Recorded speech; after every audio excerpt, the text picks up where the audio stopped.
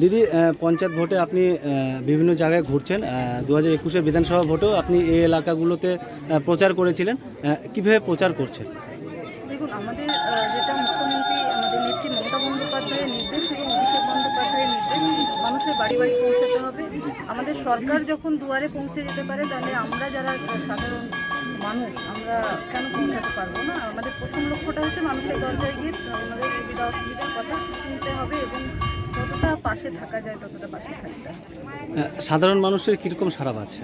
দেখুন, সাধারণ মানুষ তো সবসময় এবং বিশেষ করে দক্ষিণ দিনাজপুরে একটা কথা বলি, বিধানসভা আমার তখন সবে বিধানসভা শেষ হয়েছে, তারপরে এসেছিলাম, মানে সেকেন্ড আমার এটা একটা আমার বিধানসভার মধ্যেই পড়ে, কারণ এই ভালো লাগাটা তখন থেকেই জমেছিল এবং তারপর থেকে আমি বারবার চেষ্টা করেছি এই এলাকার মানুষের সাথে যতটা যোগাযোগ রাখা যায়। আমি আশা করি আমার যত নেতৃত্ব আছে তাদের সাথে এত কষ্ট করে পুজো দিতে হয়, এলাকার মানুষ সেই জায়গা থেকে বিধানসভার সময় যতটা সারা পেয়েছি, আমি কালকে সারা পাচ্ছি এবং মানুষ তৃণমূলের পাশে আছে, এই বাচ্চাদের